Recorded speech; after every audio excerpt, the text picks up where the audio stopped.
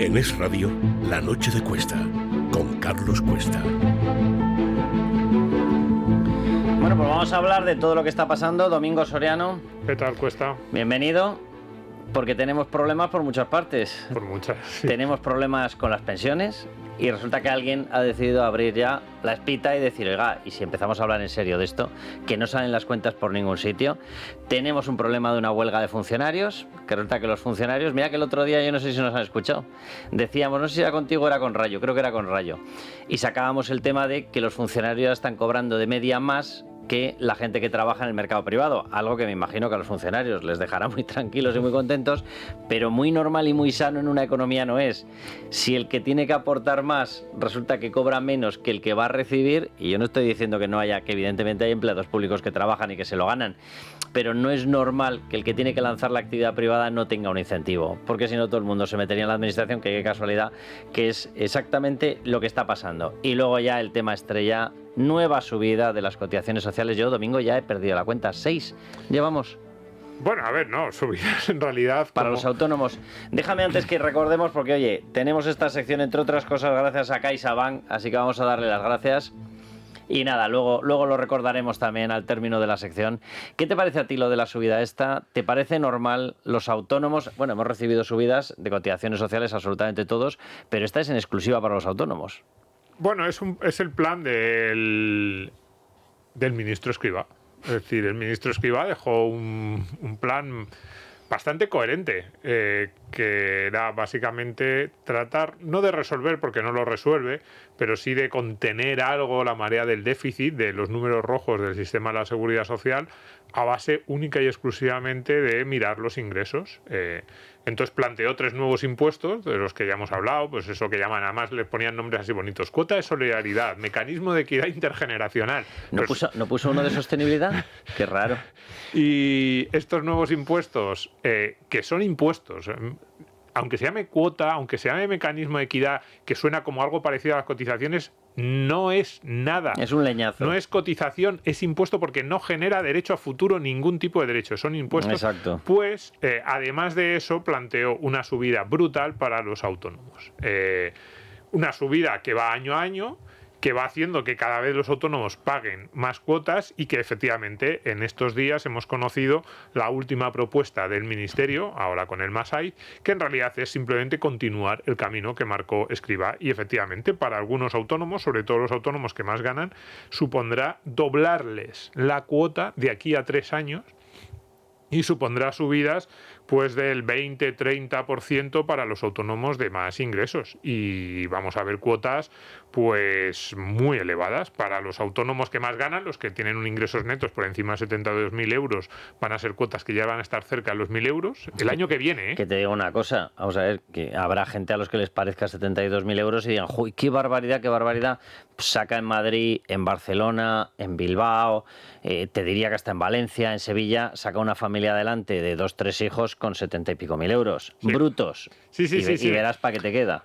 O sea, sí, porque además es importante eso, porque claro, le llaman ingresos netos porque es verdad que esos ingresos le puedes quitar los gastos que te admiten. Pero ni de broma eso es como un sueldo neto. Porque, totalmente. Porque ni esos gastos son todos los que realmente tú tienes en el ejercicio de tu actividad, que esa es una de las grandes demandas de las asociaciones de autónomos, una de las grandes demandas de los autónomos.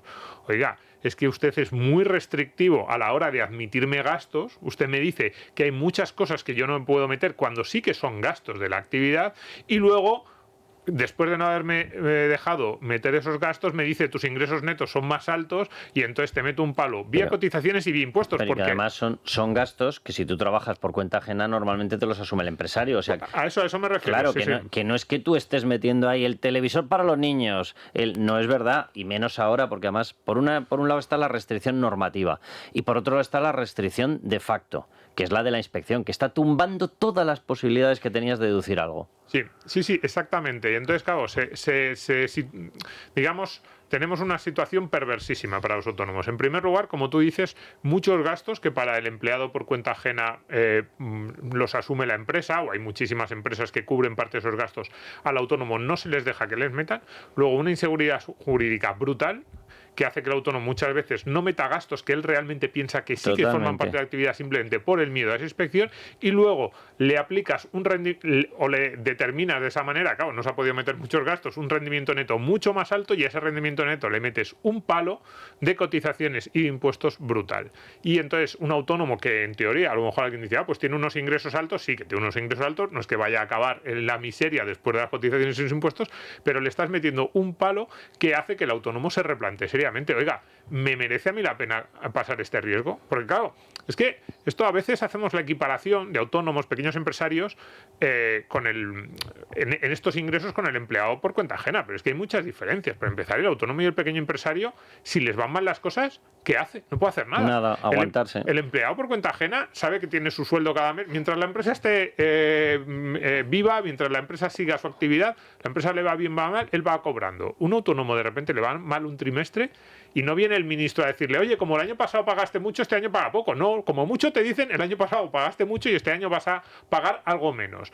Pero eso, entonces, ese riesgo que estáis siempre implícito no está nunca presente en este tipo de cuentas. Luego, decíamos autónomos de 72.000 euros, que a lo mejor la gente dice, eso es mucho. Fíjate, autónomos con rendimientos netos de 30.000 euros, la previsión del gobierno es que estén el año que viene en cuota, es que luego se pagan muchas otras cosas y se pagan muchos otros impuestos en cuota, en casi 500 euros al mes. Claro, estamos hablando de autónomos que están cobrando 2.000 y pico euros, que les estás cobrando 500 euros. Y luego de ahí tienes que dotar tú, porque no llevas retención, porque eres tú mismo y no te vas a retener a ti mismo, pero tienes que tener la previsión de ir preparándote para el pago del IRPF. Por supuesto, esto siempre lo avisamos a los autónomos, mucho cuidado con, sobre todo los autónomos que tengan ingresos a partir de 24.000, 25.000 euros, que no se conformen entre comillas, que no dejen solo la retención del 15%, que es la que se aplica a uno en la factura, sino que hagan el cálculo de la realidad del impuesto. Y que vayan guardando.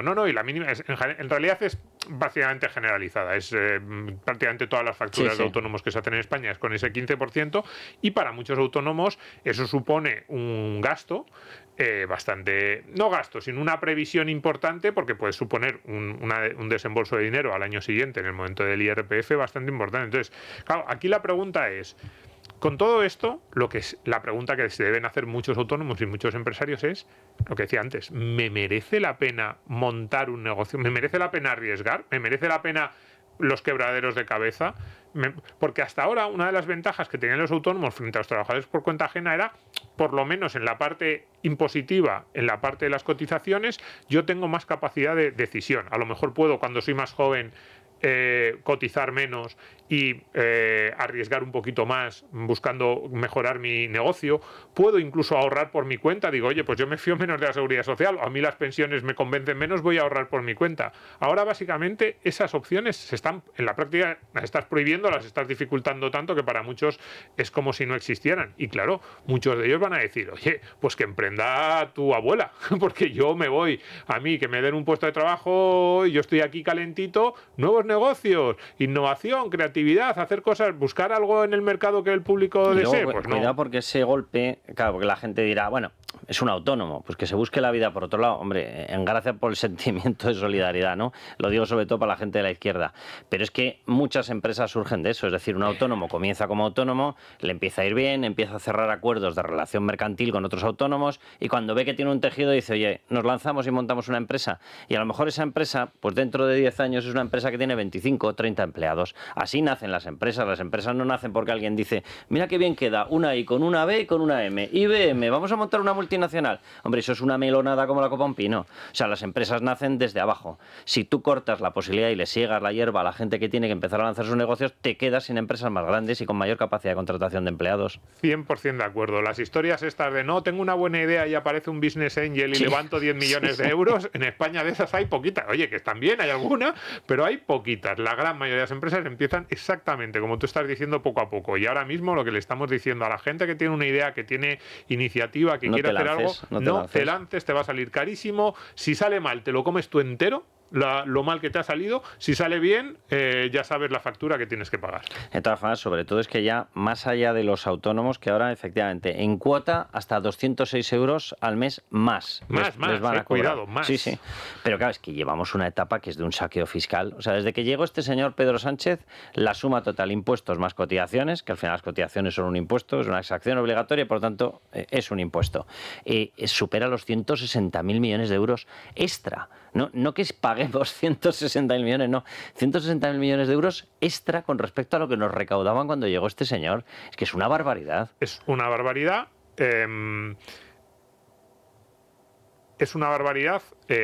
Son 5.000 millones más, perdón, que es que estaba buscando la cifra, son 5.000 millones más lo que quieren recaudar con esto, y es porque no les llega, están tapando, o sea, es un barco que se hunde, el barco de las cuentas públicas españolas es un barco lleno de vías de agua, no les llega, y entonces han dicho que masacramos a los autónomos, sí, es que estaba mirando también el dato, cuidado, es que en 3 años los que más van a pagar van a tener 1.200 euros de cuota al mes, es que es una barbaridad, una persona, un autónomo en su casa que dice, o sea, de lo que yo he ingresado este mes, que además muchos autónomos tienen ingresos muy variables y de repente tengo que soltar 1.200. Pues lo que están tratando son más de 5.000 millones de euros para tapar otra vía de agua. Efectivamente, eso lo que va a fomentar es, uno, lo que tú decías, mucha gente que no se va a lanzar y luego un incremento de la economía sumergida brutal. Claro, esto es un incentivo a que el autónomo pues comer tengo que seguir comiendo, si no es por la vía A, será por la vía B. Claro, pues que muchos de ellos le digan al cliente, mira, págame la mitad de la factura en A, la mitad en B, me fío de ti, eres cliente desde hace muchos años, pero yo no puedo declarar todo esto.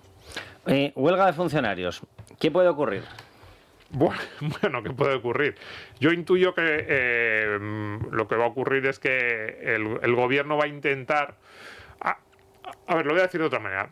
Yo creo que aquí otra vez son esas vías de agua. El gobierno sabe que le resulta muy complicado llegar a la petición, a las demandas de los sindicatos de funcionarios, pero sabe también que es un colectivo muy poderoso y que además con el que no quiere un enfrentamiento. Entonces, no tengo claro qué es lo que va a ocurrir. Yo creo que aquí... Más de 3 millones de votos. Son 3 millones de votos, un colectivo además con mucho poder pues en todo, para bloquearte la administración. Claro, para bloquearte la administración y hacer daño a otras políticas que tú quieras hacer o a la imagen general del gobierno entre la ciudadanía. Entonces, en ese sentido tienen las de ganar. Luego, además, este es un gobierno que está en una posición muy delicada, parlamentaria. Ahí ya nos vamos de lo económico, pero aquí lo político tiene mucha influencia en lo económico. El gobierno no se puede permitir empezar a tener problemas por ahí. ¿Cuál es la otra cara de la noticia? Lo que decía antes, esas vías de agua y incrementar el gasto en los sueldos de los funcionarios para el gobierno es complicado. Entonces, ¿qué va a ocurrir? Yo intuyo que sí que lo pueden conseguir. Entiendo el cabreo de los funcionarios, que dicen, oiga, es que llevamos con el sueldo congelado no sé cuánto tiempo. Si el problema ahí es, oiga, lo que tú decías antes, es que el problema es de la economía productiva en España. Si es que si España fuera un país mucho más rico y con una actividad económica y con un dinamismo y con un crecimiento de productividad, pues se pagarían más impuestos de forma natural, porque simplemente habría más actividad y habría más gente pagando impuestos y también podría subir el sueldo a los funcionarios. El problema es hasta dónde nos podemos permitir y cuánto de esa economía, no quiero decir no productiva, porque hay muchos funcionarios que hacen un trabajo realmente útil y que si no lo hicieran ellos lo tendría que cubrir el sector privado, pero si no la economía que no está directamente relacionada con el mercado, pues cuánto puedes detraer para dedicarlo a eso. Yo creo que estamos un poco en el límite, intuyo que el gobierno va a hacer lo que sea para no tener otro incendio con los funcionarios y bueno, me imagino... O sea, que va a pagar. Y mi apuesta es que va a pagar, que los funcionarios van a apretar bastante y que va a acabar pagando. Sobre todo porque huele a elecciones, no se sabe muy bien si va a haber una convocatoria, si no, si las va a haber autonómicas, y ese terreno para los funcionarios es muy fácil de jugar. Por eso te he dicho que ahí la Claro. política se mezcla con la economía, que yo, de verdad, es que ahí yo entiendo a los funcionarios. Yo creo que aquí uno de los problemas del estado del bienestar, así mirándolo en un sentido amplio, es que nos hace a todos cazadores de rentas, ¿no? Esta idea de cada uno trata de presionar en ese juego de suma cero que son los impuestos y las transferencias del Estado para conseguir lo máximo en su posición. Entonces yo entiendo que los funcionarios lo hagan, entiendo que muchos de ellos dirán, oiga, ahora que parece que hay un poquito de crecimiento económico, que el gobierno dice que ha disparado la recaudación, que me toque algo a mí. El problema es que el gobierno, incluso con esa recaudación disparada por las subidas de impuestos, tiene problemas porque el déficit sigue sin estar controlado. Que conste que me llama la atención porque ellos, y uno de los lemas que están esgrimiendo es el de el gobierno nos debe 1.800 millones, que yo recordaría aquella mítica frase de María Jesús Montero, desde aquel momento conocida como Chiqui Montero, porque dijo, Chiqui, 1.200 millones los sacamos de cualquier sitio. Sí. Pues si 1.200 millones los sacas de cualquier sitio, 1.800 casi de cualquier sitio. Y se les ve atascados en una negociación que dices, ¿hasta dónde deben llegar las vías de agua del presupuesto público, del pago público, para que Chiqui se haya quedado sin argumentos para pagar? Sí, estoy de acuerdo. Cuando a mí también es una de las cosas que me llama la atención cuando ves algunas de estas peticiones, dices... los problemas... Aquí pasa algo serio. Los problemas que debéis tener, porque está claro que ya no... Lo de Chiqui, ahora ya cada 100 millones ves que los sufren, que los sudan mucho. Y es verdad, a ver, que España tiene un problema grave de déficit y que en un momento de récord de recaudación sigas teniendo esos problemas, lo que quiere decir es que el problema es todavía más gordo de lo que parece a primera vista. Que Chiqui se ha quedado con la economía de Chiquitistán, sí. Bueno, vamos con esta idea. Fedea ha sido la autora y habla del tema de las pensiones. Y dice que hay que volver a un modelo, que nos sonará chino si lo expresamos así, el modelo de las cuentas nocionales, pero que tiene una explicación sencilla. Y básicamente es que vuelva a haber una relación entre lo que tú cotizas y el derecho que tú tienes personalmente al cobro. Pero vamos a explicarlo, Domingo. Sí, es exactamente eso. A mí me gusta mucho la idea. Es verdad que el nombre es poco sí, de marketing. No es muy marketingiano. Un poco sexy. Esto de las cuentas nocionales. Eso es, pero la idea es bastante interesante. Mira, si le hubiesen llamado, te llevas lo que has currado. Es más sencillo. Pues quizás sí. Como los primeros que no los primeros que lo plantearon, pero sí la reforma más exitosa en este sentido ha sido los suecos. Parece que los suecos son así muy serios y le llamaron así y no le dieron más vueltas. El tema de las cuentas nocionales es más o menos ese. La idea es, a ti te van sumando lo que tú cotizas. No es que eso se ahorre, cuidado, no es un sistema de ahorro de capitalización como el que a mí me gustaría, pero dentro de los sistemas de reparto es el más sensato. A ti te van sumando desde el día 1 que empiezas a trabajar lo que vas aportando. Y cuando llega una edad, a los 60, 65, la edad que sea, en que te puedes jubilar, lo que te dicen es, esto es lo que tú has aportado a lo largo de tu vida, esto es lo que has cotizado, y esto es lo que te queda de vida. Te dicen, esperanza de vida. División y se acabó. Claro, te dicen, pues si tú tienes 60 años ahora, tu esperanza de vida son 87 años, por ejemplo, entonces te dicen, te quedan 27 años por cobrar. Como tú has aportado esta cantidad, en esos 27 años te lo dividimos así, te toca esto en el mes. Supongo que en ese cálculo te incluyen también la rentabilidad del dinero aportado, claro. Sí, hay un ajuste de rentabilidad que normalmente va asociado al crecimiento del país, al crecimiento de los salarios. Digamos que hay diversas opciones desde el punto de vista técnico.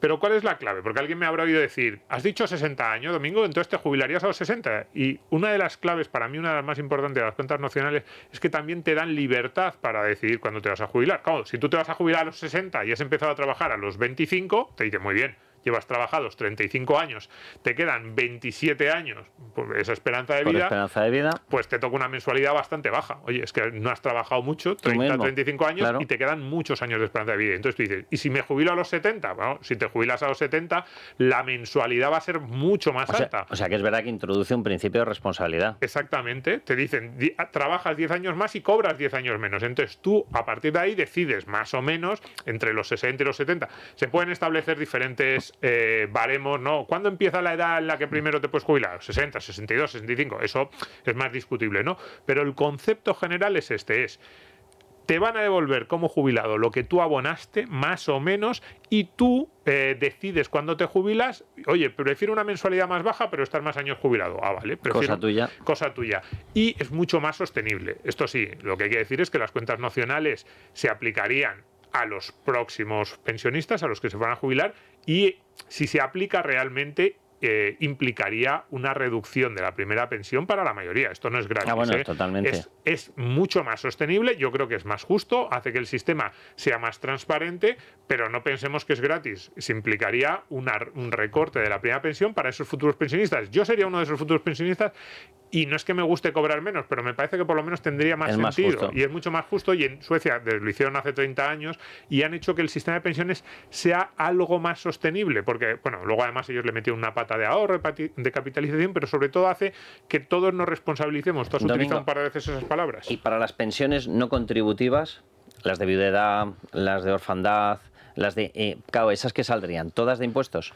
A ver, yo las de utilidad es que yo defiendo que sí son contributivas, pero eso es un debate conceptual. Lo digo por el catálogo de la seguridad social. Aquí. Muchas veces intentan sacarlas, no, las de viudedad yo creo que son contributivas, el que ha contribuido también es parte lo hace por los suyos, pero para todas esas... Estoy de acuerdo, estoy totalmente de acuerdo. Y las no contributivas que son más bajas, o todas esas, yo es que creo que habría que separarlas, habría que decir claramente, esto no son pensiones, son más subsidios, son ayudas, son otro tipo de prestaciones y habría que sacarlas de ese cálculo. Yo intuyo... Sobre todo porque si no salen las cuentas. Si no salen las cuentas. Yo creo que de las cuentas generales de la seguridad social, que yo siempre digo que es un poco ficción, pero que si nos queremos meter en ese marco conceptual que es el que utilizan este tipo de planteamientos, tienes que decir, mira, las pensiones no contributivas son un subsidio más, una ayuda más del Estado, como el ingreso mínimo vital u otras. Y vamos a dejar la parte contributiva para aquellos que realmente han cotizado y para aquellos que cumplen esos mínimos,